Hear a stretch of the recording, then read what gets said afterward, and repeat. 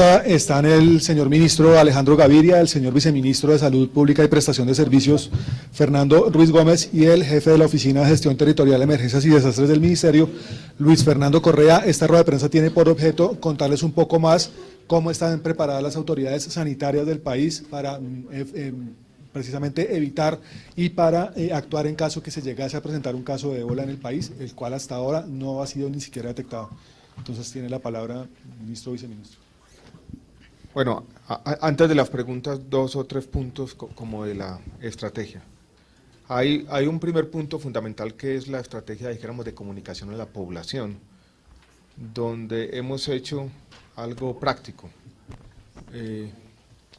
Hemos copiado, por decirlo de alguna manera, la estrategia de comunicación a la población general que adoptó hace unos días el CDC en los Estados Unidos. Les entregamos ahora una copia de una especie de afiche o comunicación que vamos a empezar a distribuir por todo el país, utilizando todos los medios posibles de comunicación, incluidas las redes sociales y demás. La comunicación básicamente está centrada en contarle a la gente cuáles son los mecanismos de contagio y decir claramente que el ébola no se contagia ni por el aire, ni por el agua, ni por los alimentos, para evitar también pánico. Ese es un primer elemento de la estrategia.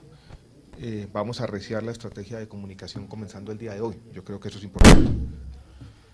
Después viene un segundo elemento que ya pusimos en práctica desde mediados del mes de agosto, y es todo lo que tiene que ver con el control en el origen. Los flujos migratorios son difíciles de establecer, pero nosotros tenemos idea de, si miramos los países donde hay transmisión activa de ébola, Sierra Leona, Guinea, Liberia, Nigeria y Senegal. Nosotros tenemos aproximadamente 250, 300 personas, migrantes legales de estos países llegando a Colombia. Las cifras de Migración Colombia nos dicen que aproximadamente entre 50 y 100 migrantes ilegales pueden llegar de estos destinos. No son grandes, pero representan en todo caso un peligro. Lo que estamos haciendo desde mediados de agosto es que la Cancillería, con los consulados en los diferentes de estos países, administra una encuesta para el visado. Y eso se está haciendo, y se está haciendo ya hace varias semanas. Yo creo que eso es importante, tiene que ver con lo que están haciendo otros países, que es el control de origen, con los mecanismos legales que tenemos, que es simplemente el otorgamiento de visas. Después viene el tema más complejo, y es qué pasa para la detección de los casos y el trabajo que estamos haciendo desde agosto también, pero tenemos que arreciar.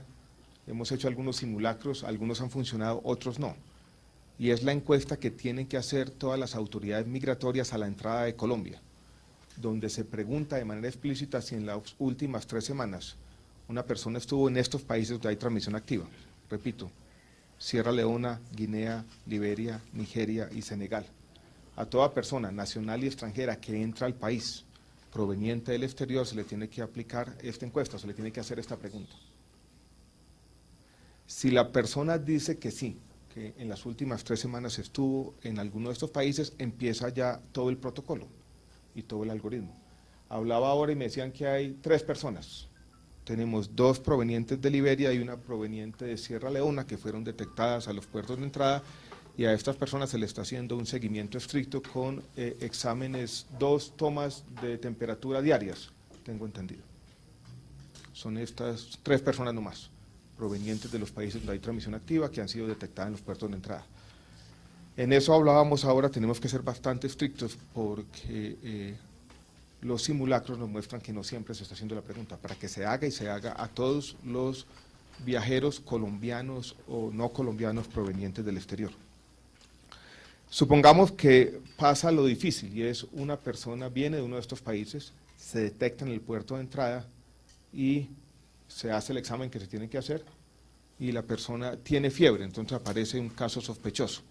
Ahí es donde tenemos el protocolo que publicamos el día de ayer, y donde se pone en acción un algoritmo, dijéramos sofisticado, de qué va a hacer o cómo vamos a empezar a monitorear a esta persona y a todos quienes entraron en contacto con él. Lo que hemos hecho al respecto, ya lo va a explicar, dijéramos, el viceministro en detalle, es tener una serie de instituciones hospitalarias que tienen condiciones de aislamiento adecuadas, donde se va a llevar esa persona, la capacitación a los empleados, a unos pocos de estas instituciones hospitalarias, para la toma de las muestras. Tiene que hacer el Instituto de Salud, envío de las muestras al Estado. Bueno, entonces aprovechemos para hacer una pequeña recapitulación. Tenemos todo el tema de comunicación, donde lo vamos a dar ahora, que es importante que ustedes nos ayuden en la labor pedagógica que están haciendo todos los países y la tenemos que hacer.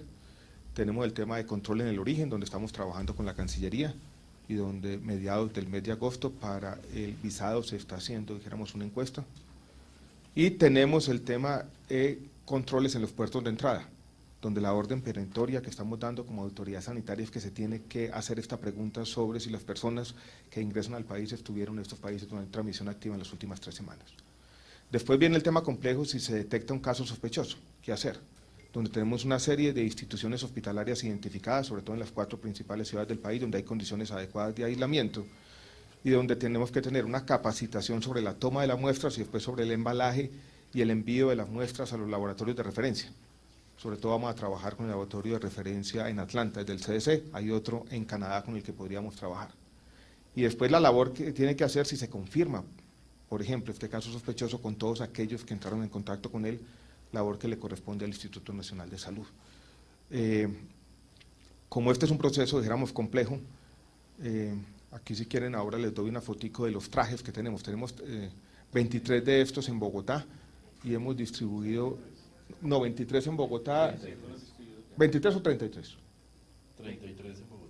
33 en Bogotá. 33 en Bogotá y algunos ya distribuidos en las regiones que van a estar en aquellas instituciones hospitalarias con condiciones adecuadas de aislamiento. Si aparece una persona no en Bogotá, Cali, Barranquilla o Medellín, por ejemplo en Cartagena o en un puerto de entrada en Ipiales, esa persona va a tener que ser primero atendida en una institución allí con condiciones de aislamiento pero que no son las adecuadas, pero tenemos que trasladarla a Bogotá vía aérea y esa es una labor de coordinación que tenemos que hacer con la Fuerza Aérea en algún hospital de referencia aquí en Bogotá. No vamos a hablar de nombres de hospitales por ahora porque yo creo que no es adecuado. Fernando, ¿usted por qué no explica un poco la otra parte, dijéramos, del algoritmo y tenemos las preguntas? Entonces, comunicación importante, control en el origen, lo que estamos haciendo en los puertos de entrada y todo el algoritmo que tenemos posterior si detectamos un caso sospechoso y después si confirmamos el caso. Bueno, el algoritmo parte inicialmente de las preguntas que se hacen referente al origen, el lugar de origen de donde se ha estado esta persona durante los 3 meses anteriores en alguno de los países que mencionó el ministro y que son los países donde hay transmisión activa. Una vez se da el algoritmo, en caso de que la respuesta sea positiva, se deriva todo un conjunto de preguntas que incluyen sintomatología activa, y si hay sintomatología activa, por ejemplo fiebre, la persona debe ser inmediatamente derivada a la sanidad portuaria o aeroportuaria que esté en cada puerto de entrada. Esa sanidad aeroportuaria ya están alertas y han sido entrenadas para el manejo de este paciente. Una vez es detectado el caso, si hay fiebre positiva, por ejemplo, la persona debe entrar inmediatamente, ser derivada a través del CRUE de la respectiva ciudad hacia un centro de los centros de referencia que tenemos identificados y inmediatamente se abre todo el espacio, digamos, de transporte medicalizado en ambulancia hasta el lugar en el que debe llegar la persona. También está prevista la posibilidad de transporte aéreo, ya hay un protocolo descrito, planteado con la Fuerza Aérea Colombiana para el transporte aéreo del paciente en el caso de que la situación se dé. Yo quiero recordar que, de acuerdo con las normas colombianas en particular, los artículos 154 y 173 de la Ley 100 y el artículo 488 de la Ley 9 del 79, en un caso como estos, el Ministerio de Salud ejerce la autoridad sanitaria, de manera que toda institución debe estar disponible para que, el caso dado, el Ministerio de Salud haga la derivación de pacientes si se considera que este caso requiere ser derivado a cualquier institución que tenga la capacidad para atender este tipo de pacientes. Una vez el paciente llega a la institución, el manejo debe hacerse en condiciones de aislamiento, seguramente puede requerir unidad de cuidado intensivo, es tratada en la institución con personal de la propia institución bajo las condiciones de aislamiento máximo, con el uso de traje 3B que mostró el ministro, y inmediatamente debe hacerse todo el traslado de pruebas al Instituto Nacional de Salud para ser remitido a Atlanta, si es el caso, al CDC de Atlanta, para la respectiva contramuestra y reconfirmación de que se trate de un caso positivo.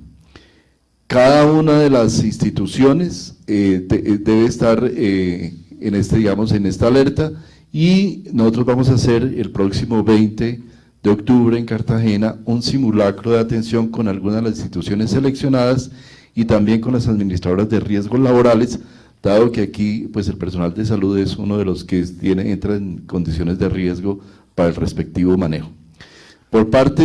Un último componente es que por parte del Instituto Nacional de Salud se asume la responsabilidad también inmediata del manejo de los contactos potenciales que pueda haber, porque acordémonos que uno de los temas críticos es que esta enfermedad se transmite por el contacto con las secreciones, y hay personas que en un caso dado que el paciente no sea detectado en el momento de entrada, sino pueda ser detectado otra situación, o incluso en la entrada ya hay un protocolo de la OMS para el manejo de las personas que estuvieron en el avión, 2 sillas adelante, 2 sillas atrás y 2 sillas al lado, de esas personas se convierten en contacto y se debe hacer todo el manejo de evaluación epidemiológica respectiva para establecer si las personas pudieron haber sido contagiadas.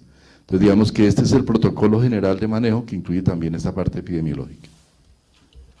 Hay un último punto: hemos capacitado 23 personas en el embalaje de las muestras, tanto del Instituto Nacional de Salud como de los institutos de salud pública en las regiones, que también es importante tener esa capacidad, porque ese es un aspecto, dijéramos, fundamental en el diagnóstico, que se pueda enviar la muestra con la mayor celeridad posible. Preguntas, entonces. Las preguntas, por favor, en el micrófono que tenemos allí, porque pues para efectos de sonido de las grabaciones, y no sé si alguno esté haciendo